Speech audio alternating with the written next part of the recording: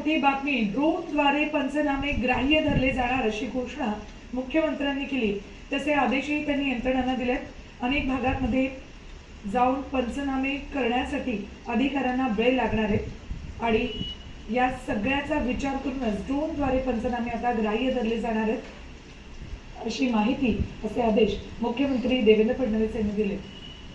सकाळी देखील सांगितलं की सगळ्यांना सरसकट जी काही आपल्या शेतकऱ्यांना मदत आहे ती सगळी मदत आम्ही करणार आहोत. आणि नुसती मदतच नाही तर साधारणपणे आपल्याकडे टंचाईच्या वेळी जे काही नॉर्म्स आहेत ते सगळे नॉर्म्स अतिवृष्टीलाही लागू करणार आहोत आपण, आणि त्याप्रमाणेच शेतकऱ्यांना सर्व प्रकारची मदत केली.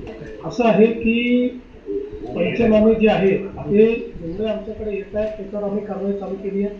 बाकी आम्ही सांगितलं आहे जिथे करणं शक्य नसेल तिथे नुसतं ड्रोनने देखील पंचनामा केला तरी चालेल. ड्रोनचा पंचनामाही आम्ही मान्य करून देऊ.